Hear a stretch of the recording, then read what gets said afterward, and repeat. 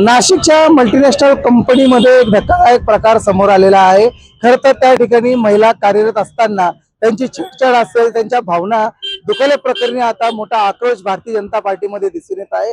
आज जर आपण बघतो की सत्ताधारी आमदार योगिनी फरांदे किंवा भारतीय जनता पार्टीच्या असंख्य महिला आज या ठिकाणून बाईक रॅलीचं आयोजन करण्यात आलेले माझ्या मागे बघू शकता। ही मोठी भव्य मोठी बाईक रॅली या ठिकाणून आता निघणार आहे आणि थेट आता विविध ठिकाणून बाईक रॅली निघून थेट कलेक्टर पर्यंत जाणार आहे।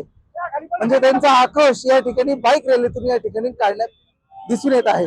टॉप न्यूज साठी प्रतिनिधी प्रकाश गिरवे, नाशिक।